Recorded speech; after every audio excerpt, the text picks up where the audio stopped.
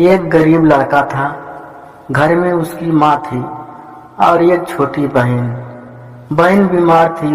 वह उसकी दवा कराने के लिए अपने चाचा से कहने जा रहा था। रास्ते में उसे एक पॉकेट बुक पड़ी मिली। उसमें 120 के नोट थे। लड़का बड़ा ईमानदार था। उसने अपने मन में निश्चय कर लिया कि यह किसी की पॉकेट बुक है। उसको पता लगाकर उसे जरूर दूंगा। उसने घर आकर अपनी माँ से सब हाल सुनाकर कहा, माँ, जिस बेचारे की पॉकेट बुक खो गई है उसको बड़ी चिंता हो रही होगी, क्योंकि इसमें उसके रुपए हैं। हम ये रुपए रख लेंगे तो बहुत पाप होगा और प्रभु हम पर नाराज होंगे। पर जिसके रुपए खोए हैं उसका पता कैसे लगे? माँ, तू कोई उपाय बता जिससे मैं उसे खोज पाऊं। लड़के की माँ भी बड़ी ईमानदार थी, तभी तो उसको ऐसा पुत्र हुआ। वह पुत्र की बात सुनकर बड़ी प्रसन्न हुई। उनसे कहा, बेटा, भगवान तेरी नियत की अच्छाई इसकी प्रगाढ़ दृढ़ रखे। तेरा कल्याण हो बेटा। किसी अखबार में खबर देने से मालिक आप ही आकर ले जाएगा। लड़का अखबार वाले के पास गया। उसकी नेक नियति देखकर अखबार वाले ने उसके नाम से यह विज्ञापित छाप दी, मुझे एक पॉकेट बुक रास्ते में मिली है। उसमें 120 रुपए के नोट हैं।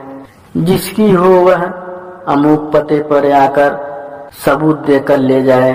विज्ञप्ति पढ़कर पॉकेट बुक का मालिक आया और इतनी गरीबी में भी ऐसी ईमानदार देखकर चकित हो गया।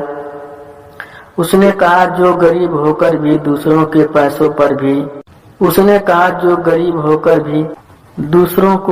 पर जी नहीं ललचाता, वही सच्चा ईमानदार है और वही प्रशंसा के योग्य है।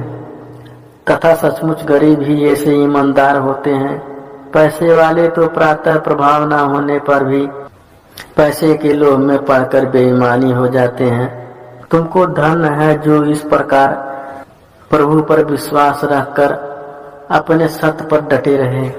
यह कहकर उसने वो नोट लड़की की दवा और सेवा के लिए आग्रह करके दे दिया और लड़के को अपने यहाँ अच्छी नौकरी दे दी। लड़का अपनी ईमानदारी के बल पर आगे चलकर नामी और धनी व्यापारी बना। स्वामी का पता गंगा जी के किनारे उस निर्जन स्थान में जहाँ लोग मुर्दे जलाते हैं। अपने विचारों में तल्लीन कवि तुलसीदास घूम रहे थे। उन्होंने देखा कि एक स्त्री अपने मृतक पति की लाश के पैरों के पास बैठी है और ऐसा सुंदर श्रृंगार किए है मानो उसका विवाह होने वाला हो। तुलसीदास को देखते ही वह स्त्री उठी और उन्हें प्रणाम करके बोली, महात्मा, मुझे आशा दो और आशीर्वाद दो कि मैं अपने पति के पास स्वर्गलोक को जाऊं।